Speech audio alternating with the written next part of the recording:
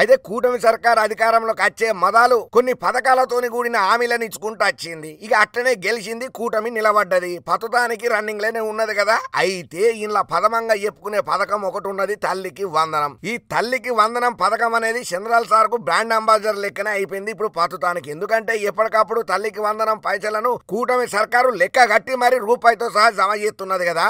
అయితే ఈ తల్లికి వందనం పైసల ముచ్చట్లల్లా కొన్ని పుకార్లు షికార్లు చేస్తున్నాయ్యా. మరి అది నిజమో అబద్ధమో మనకు తెలియదు కానీ ఇప్పుడు ఈ వార్త మాత్రం సోషల్ మీడియాను షేక్ చేస్తున్నది. అగ్గో ఏమయ్యా ఉన్నట్టుండి గంత పెద్ద వార్తనంటే, అయితే ఏపీ సర్కారు తల్లికి వందనం పథకం కింద విద్యార్థుల తల్లుల బ్యాంకు ఖాతాలల్లో పైసలను జమ చేసే కదా మొన్నట్ల.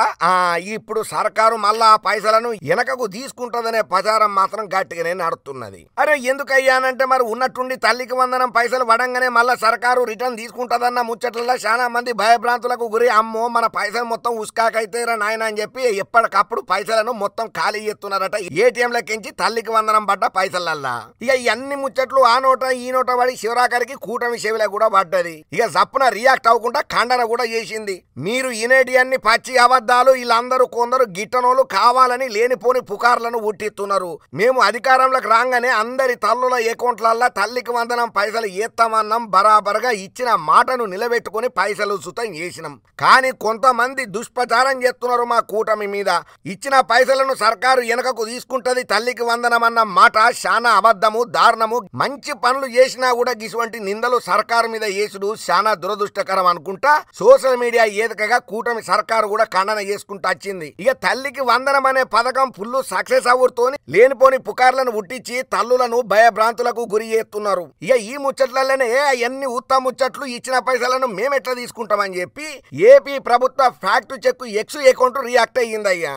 లబ్ధిదారుల ఖాతాలలో ఒక్కసారి పైసలు పడ్డ తర్వాత మళ్ళా సర్కారు ఎట్లా తీసుకుంటది?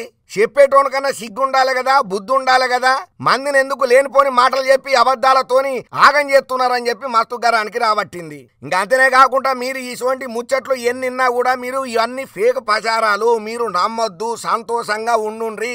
ఇచ్చిన హామీలను కూటమి సర్కారు ఒక్కొక్కటిగా నెరవేర్తది. అట్లనే తల్లికి వందన నెరవేర్చింది, పైసలు వేసింది, మళ్ళా మీ పైసలను వెనకకు తీసుకోదు. ఇటువంటి అడ్డమైన దొంగ వార్తలల్లో మీరు అప్రమత్తంగా ఉండాలని చెప్పి కూడా ఒక అలర్ట్ను కూడా జారీ చేసిందయ్యా.